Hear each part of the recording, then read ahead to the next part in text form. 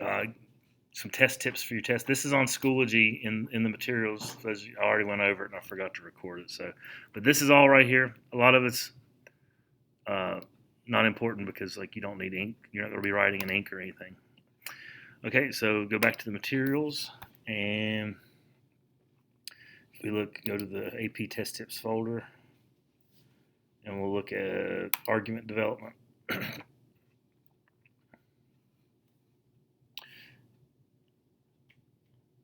Okay, so we talked about a couple ways that you can develop your argument. One is contradiction. That's basically when you write your thesis statement, you're making a statement. You're trying to prove something. Well, what I recommend is you either try to contradict the information that's being presented to you, or you try to corroborate it. You try to prove it to be true. All right? So when you're writing your thesis statement, you're going to either write a contradiction thesis or you're going to write a corroborating thesis, one that supports the evidence or one that goes counter to the evidence. All right? That's what your thesis statement is. It's a statement of what you're going to prove, your opinion, what you think. It's not a list of facts. They don't want a list of facts. They want you to think like a historian. Okay? So being able to write a thesis where you are either going to corroborate the question, the essay question, or where you're going to contradict, you're going to go against it, is totally up to you. Both are fine. You could, like, Cooper could write one that goes against the question, and Sydney could write one that supports it, and you both get a 5. There's no right or wrong way to do it. It's just that you have to be able to show what you know. So, those are a couple good ways. There's also qualification. I recommend just keeping it simple. Keep it simple. Either support it or contradict it. One or the other. Okay. That's the two simplest ways, and they're both effective.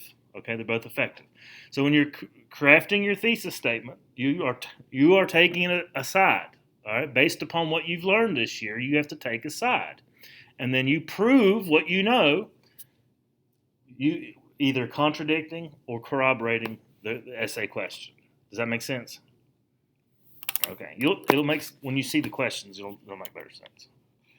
All right, let's see what else we got here.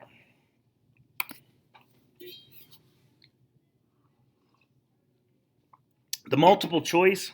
Well, let me look at this one first.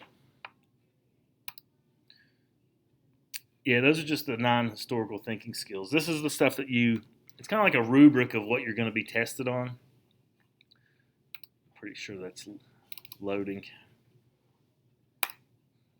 And while that's doing that, we'll look at the multiple choice question tips. It's going to load as well.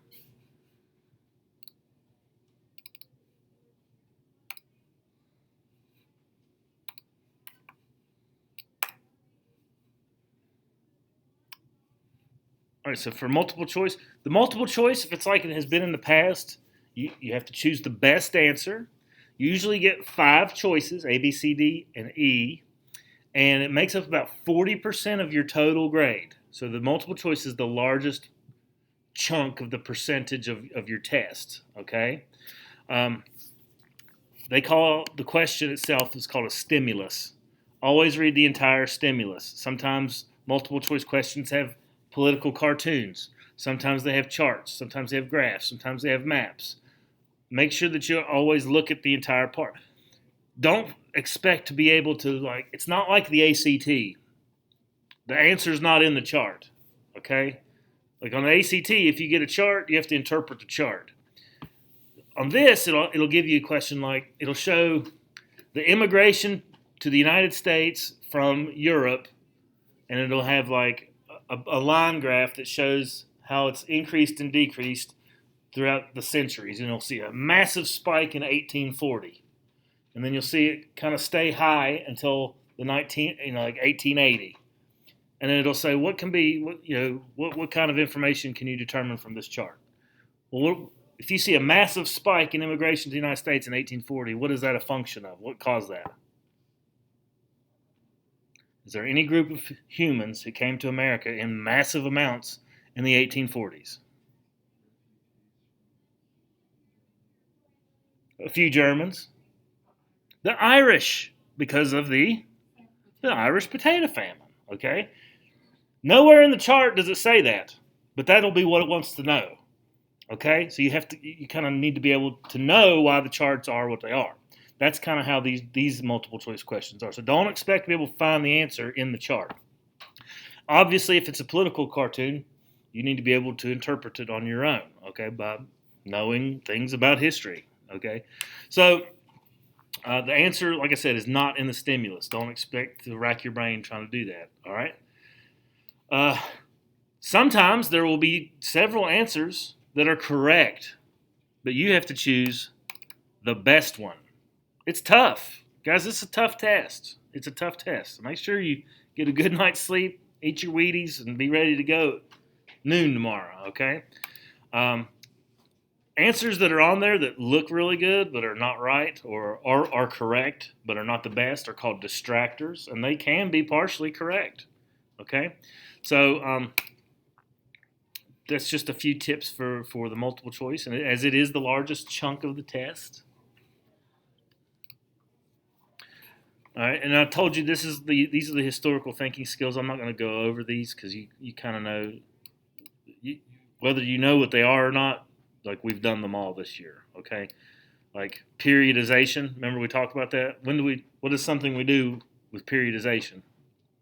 The human timelines is all about periodization. Just simply through my question and answer in our lectures. That's what kind of how we do. We cover these patterns of continuity and change over time. You think of things like, one of our main themes throughout this year has been struggle. And you can look, let's just say the plight of black people in America. How is there, is there a pattern of continuity and change over time with black people in the United States? Well, yeah. How did they originally arrive here? Against their will as slaves. Okay, and over time things have gradually improved, but they're still struggling. Okay, it's still a struggle, and so you can see how it's a pattern of continuity and change. So there is some continuity within the black community, but there's also some change over time. All right, and you can do that with a lot of different things, and that's what these 9 skills are. And you can look at those on your own if you haven't already. All right, how to write a good thesis.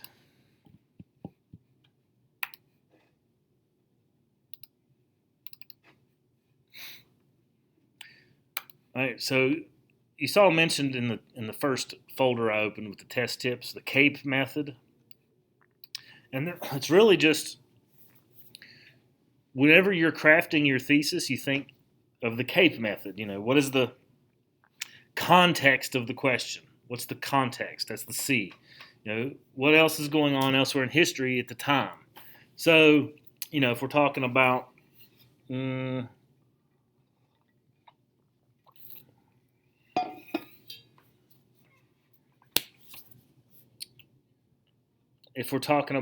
I don't know, the Espionage and Sedition Acts.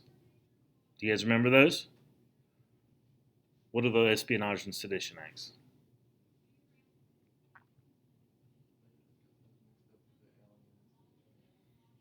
Only a couple hundred years separating those two things. The Espionage and Sedition Acts were created by the United States Congress during what conflict? World War I. World War I. Remember, there was a fear of communism, and they locked up a bunch of communists and deported a bunch of people to Russia, all under the auspices of the Espionage and Sedition Acts. So that is something that happened domestically in the United States, but it happened as a result of something happening somewhere completely opposite in the world, in Europe, World War I. All right? So it may ask you about the Espionage and Sedition Acts, which is an American thing, but it happened somewhere else on the planet entirely as a result of it. So that's kind of what contextualization is all about. Or, United States, passing Compromise of 1850, there's the Fugitive Slave Act. Well, that's kind of a function of slavery existing throughout the United States, okay? So kind of have to understand what else is going on in history and what is relevant to the question. when you are doing your essay question, answer the whole question. Do not, because it'll give you a prompt and then it'll have like 3 questions.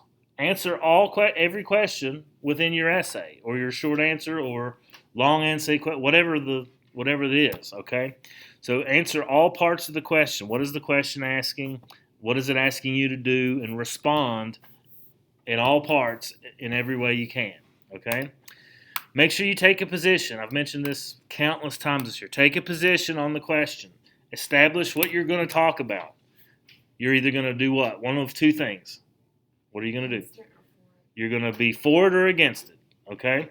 So take a position and use your information to provide evidence to prove your position. Whatever your position is, you may completely disagree with the AP reader, but it doesn't matter. As long as you have evidence to support your position, that's what matters, okay? And that your evidence is accurate, okay? Your evidence is accurate. No fake news allowed. All facts. Just the facts. Just the evidence. Okay, so don't get strung up on just providing evidence. Evidence is important. The facts are important. The trivia is important. But what's more important is your ability to take a position and use the evidence that they provide you with and the evidence that you just know effectively. Because they'll give you a bunch of documents. They'll give you a bunch of excerpts from books. They'll give you political cartoons. They'll give you charts. They'll give you graphs. They'll give you maps. And they'll say, these are the documents that we are providing you with. Using this in your background knowledge, prove this. And that's what you do. That's how you craft your essays. All right? So you use the evidence they provide you with, your own background knowledge, to write a good thesis, and then back up your thesis with evidence in the body of the essay. Does that make sense? It's not rocket science. You just have to follow the formula. Okay? Write a thesis, take a position in your thesis, prove your position in the body with evidence, and then a conclusion to wrap it up. And all the while you're doing that, it's timed. Rigidly. So always keep an eye on that. It's stressful. It's a tough, stressful test. But you guys know the history. I mean, I hope you know the history. We've gone over quite a bit this year. Okay? All right, so here's an example. Question. This will be like the question. The demand for immediate emancipation of slaves by radicals in the abolition movement was a primary long-term cause of the Civil War. To what extent is this a historically accurate statement? So you have 2 options. You can say that this statement here, yeah, I agree with that. That is accurate. Or you can say this statement is not accurate. But you don't ever say I or me, okay? So here's a good way in which you can answer this with a thesis. All right. You don't see the words I or me in here. First thing they do is they contextualize. They can totally contextualize. What else is going on at the time in which this is happening? Well, what is the period leading up to the Civil War called? The antebellum period in American history was a time of rapid growth for reform movements. Was it not? Coming out of the Second Great Awakening, there's all kind of reform movements. Prison reforms, Dorothea Dix, insane asylums, education, voting rights for women, all kinds of reforms happening. Spurred on by the Second Great Awakening, abolitionism was one of the many movements, including women's rights, temperance, prison reform, and others. So they're providing some context. That's part of the thesis, the context, okay? The demand for immediate emancipation was popular in some parts of the United States, and it angered some in the South, but it was mostly seen as merely an extreme position without significant impact. Far more impactful primary causes of the Civil War were incompetent national political leadership, the increase in conflict over sectionalism, and the issue of expansion of slavery to territories and new states. So, does this person support or does this person contradict? This person contradicts. They say, yeah, well, it is, the demand for immediate emancipation was popular. However, far more impactful is a good word to use, causes of the Civil War, bad leadership, sectionalism, expansion of slavery. So they contradict. Guess what they're going to be doing in the next 3 paragraphs of their essay? Well, what are the 3 points that they are going to prove? They're going to provide evidence about how national political leadership was incompetent. They're going to provide evidence on how conflict over sectionalism happened. And they're going to talk about the issue of slavery and expansion of territories, Wilmot Proviso, stuff like that. Okay? And that's how it's done. Now, this person made it look really easy, right? Yep. But if you just remember, when you contextualize first, CAPE. Use the CAPE method. Contextualize. Answer the question, take a position, and provide evidence. This is an excellent thesis statement. Don't try to make it one sentence. You don't have to do that. It's a statement. Statements can be paragraphs. It's not don't try to get hung up on trying to make it one sentence. That's bad. This is an entire thesis statement, and this is an excellent one. Contextualize. What does contextualize mean? What else is going on at this time period? That's a very important thing to do. So try to establish some context. That should be your first statement, your first sentence. Okay? Then answer the question. All right? They just straight up answer the question. The demand for emancipation was popular in many parts. This is where they answer the question. This is the A part. Okay?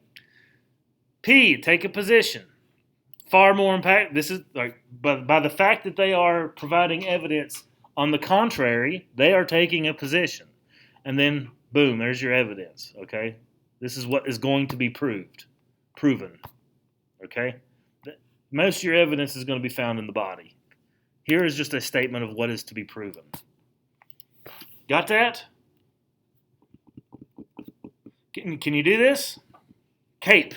Context, answer the question,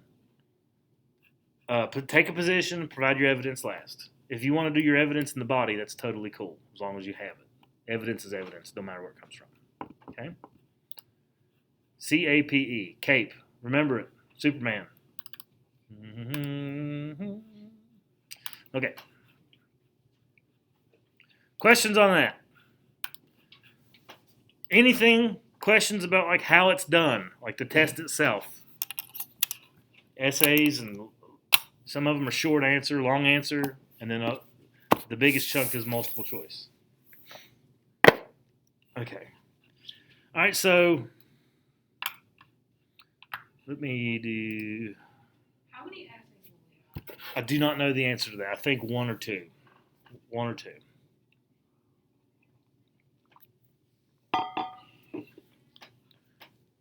Any other questions? All right. Next, I hope you guys all do fantastic. One of my goals for my teaching is that this class meets the national average within plus or minus 5%. So I hope you guys do good, or else I won't meet my goal. Got a lot riding on you. All right, so now I just have some flashcards, and we'll just kind of do a little Jeopardy, okay? And for the people watching at home, we'll try to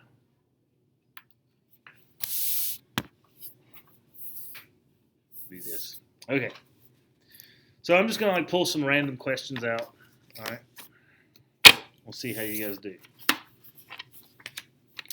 Union general who worked closely with Ulysses S. Grant in the West. This person captured Atlanta in 1864 to help guarantee Abraham Lincoln's election. He made a devastating march through Georgia, which crippled Southern morale. Not everybody blurted out all at once. Yeah. William Tecumseh Sherman. Very good, Austin. Thank you.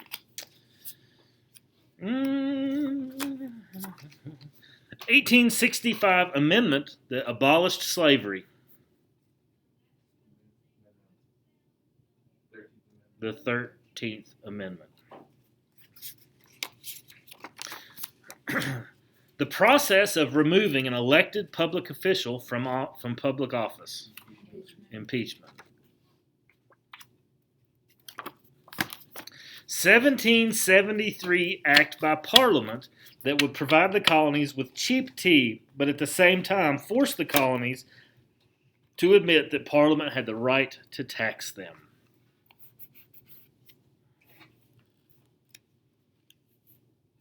It's an act about tea. The Tea Act. In response to the Tea Act and additional British taxes on tea, Boston radicals disguised as Native Americans threw nearly 350 chests of tea into Boston Harbor on December 16, 1773. Boston Tea Party. A patronage system in which an elected official is able to fill government jobs with political allies and former campaign workers. The spoils system. A political party that arose in 1834 in opposition to President Andrew Jackson. What'd you say, Cooper? The Whigs. 1823 statement by a President of the United States that an attack by a European state on any nation in the Western Hemisphere was to be considered an attack on the United States. The Monroe Doctrine. First president to come from the West, hero of the Battle of New Orleans, founded the Democratic Party. Andrew Jackson.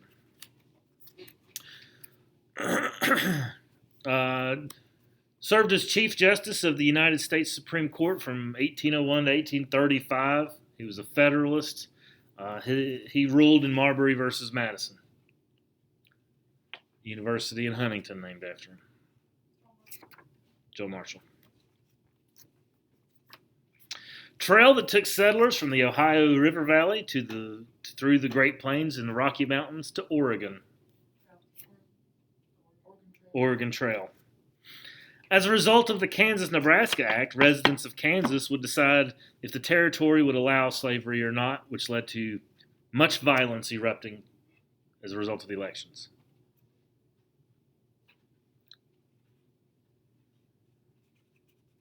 What was that time period called in Kansas where there was much violence?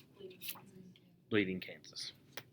American military officer with a brilliant record in the Mexican-American War who turned down a high command in the Union Army in order to fight for his native state of Virginia and command the forces of the Confederacy. Robert E. Lee. Ex-slave who became a leader of the abolitionist movement. Wrote an autobiography which was a key text for those who opposed slavery and was a very active lecturer and organizer. Frederick Douglass.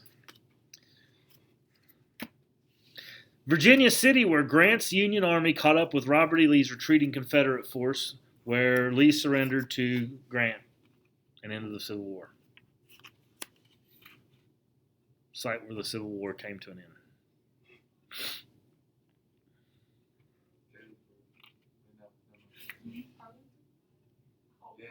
Appomattox. Most important battle of the Civil War. Gettysburg. Speech made by Abraham Lincoln at that site where many people died. Gettysburg Address.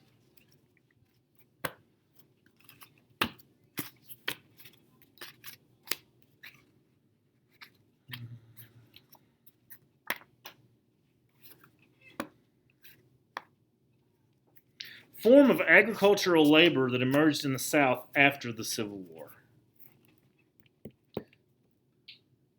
Newly freed blacks would work for a landlord, receiving seed and farming implements in return for their labor. They received a profit for their share of the crop.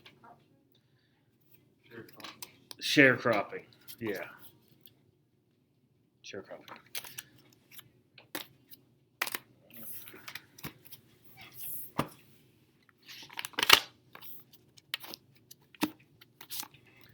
Leading American statesman from Kentucky who promoted the American system. Henry Clay. Discovery of gold in California in 1848 attracted a flood of diggers. California Gold Rush.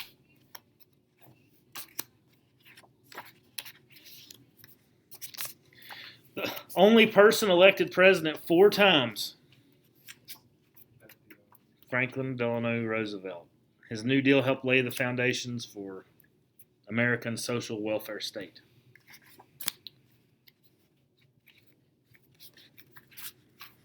In early 1917, Germany announced that U-boats would attack all ships attempting to land at British or French ports. What was this policy the British came up with? What are they going to use to sink those ships in 1917?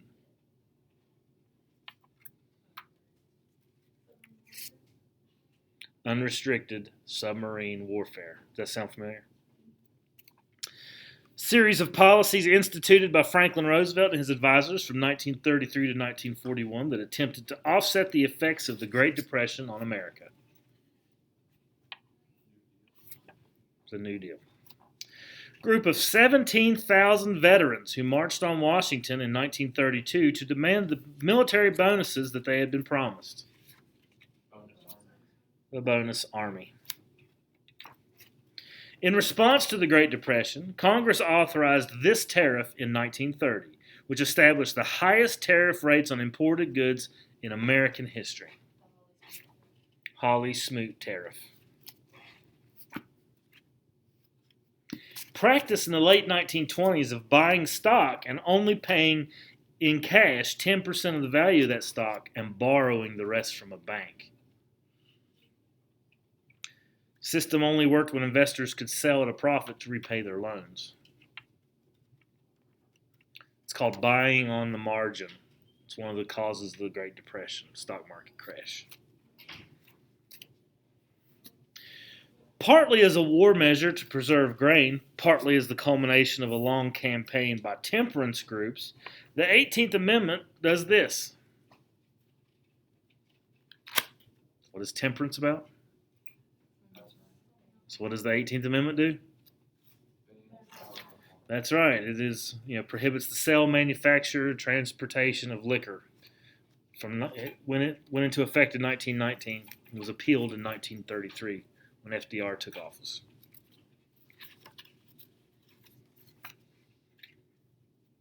The new woman of the 1920s who wore short skirts and had bobbed hair. Flapper girls.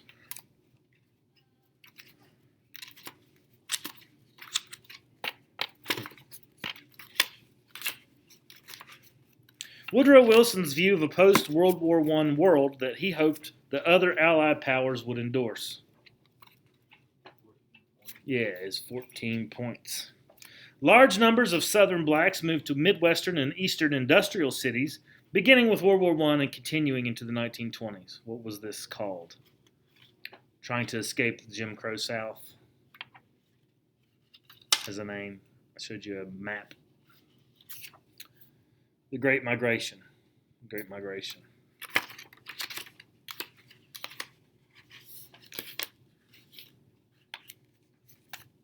Name of the American army sent to Europe to aid Britain and France after the United States entered World War I.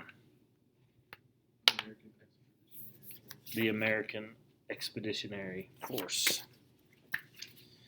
1917, in January 1917, the German foreign minister sent a telegram to Mexico suggesting that the Mexican army should join forces with Germany against the U.S. and reclaim the American Southwest.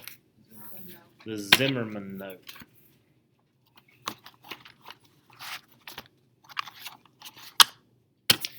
German troops who fought for Great Britain during the American Revolution. They were mercenaries. Came from the region of Germany called Hesse. Hessians. 18th century European intellectual movement that attempted to discover the natural laws governing science and society. Included philosophers like John Locke and Thomas Hobbes.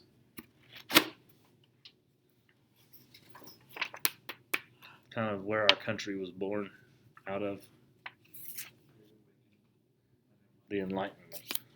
Popular 1776 publication written by Thomas Paine about the concept of government by monarchy and how he encouraged the sentiment for independence in the colonies.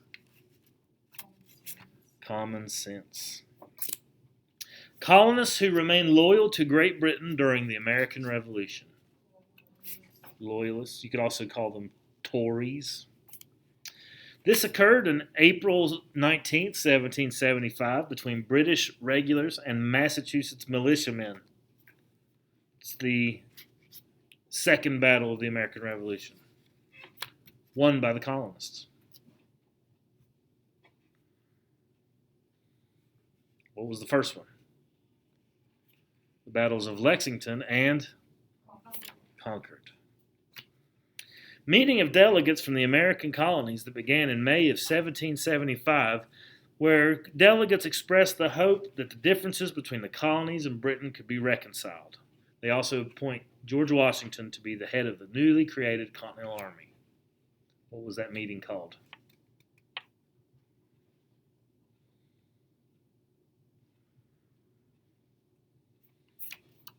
The Second Continental Congress. What happened at the First Continental Congress? A few people showed up. The olive branch petition. They wanted to just, hey, King, let's be buds. System developed in the textile mills of Lowell, Massachusetts that used as much machinery as possible. What's that system called? The Lowell system. British policy in the early 18th century stating that as long as American colonies remained politically loyal and continued to trade with Great Britain, government would relax its enforcement of the Navigation Acts. We're going to look out for your best interests as long as you do what we say. It's called salutary neglect. Salutary neglect.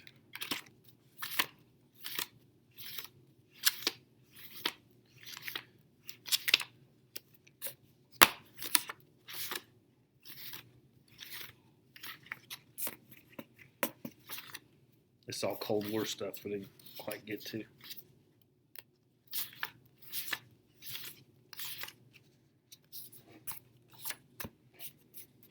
(1913) amendment that instituted the federal income tax. That's one that you guys will come to love. 16th Amendment is the federal income tax.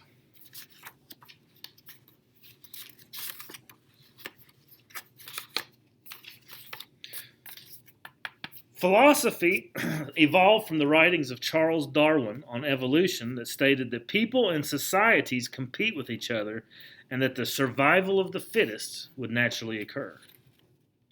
Used it to justify imperialism and the differences between rich and poor. Social Darwinism. Philosophy of Andrew Carnegie, who stated that wealthy industrialists had an obligation to use their profits to help communities. And the reason why he was wealthy is because he was smart and hardworking. He wrote it in a book, his philosophy. Remember that? Gospel of Wealth. National Labor Union founded by Samuel Gompers in 1886.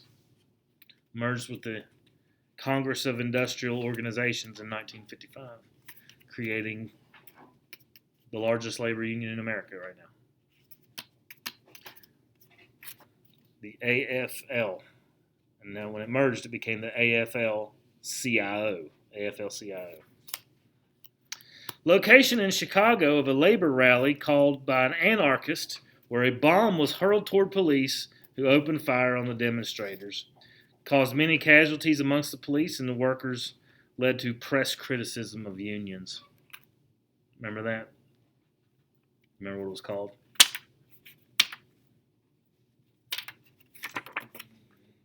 Haymarket Square riots.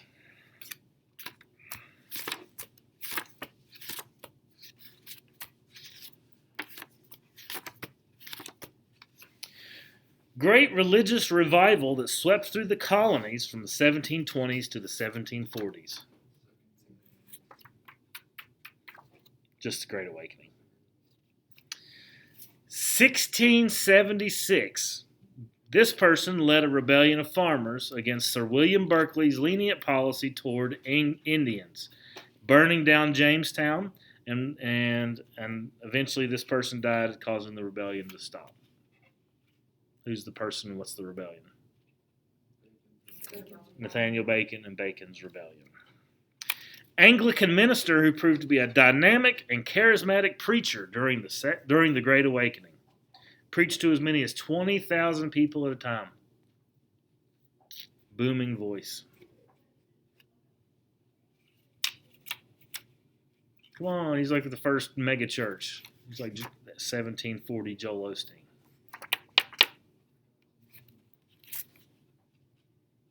George Whitefield. Remember him? A Puritan housewife who claimed to have special revelations from God, which angered many of the Massachusetts Bay Colony leaders. So she was expelled from Massachusetts, and her family joined other dissenters like Roger Williams in Rhode Island.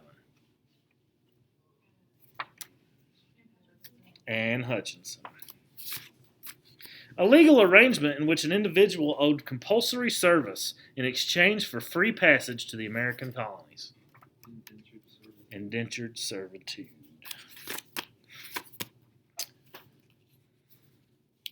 Calvinist Protestants who did not believe that the Church of England could be purified and hence chose to separate from it. It couldn't be purified, so they wouldn't be Puritans. They would just be separatists. Protestant faith that preached salvation by faith alone and predestination.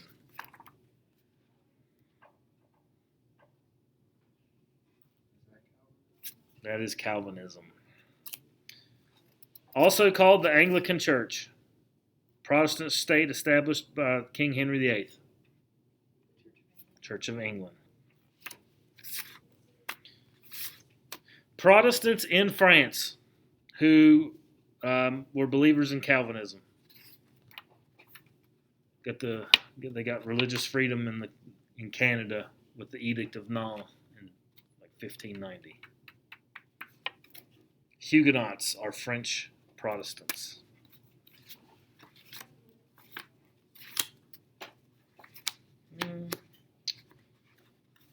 This is a Supreme Court case that establishes judicial review.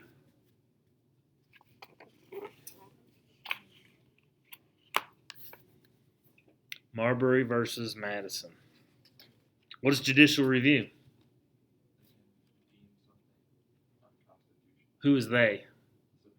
The ability of the Supreme Court to decide the constitutionality of any federal or state law or act of the executive branch.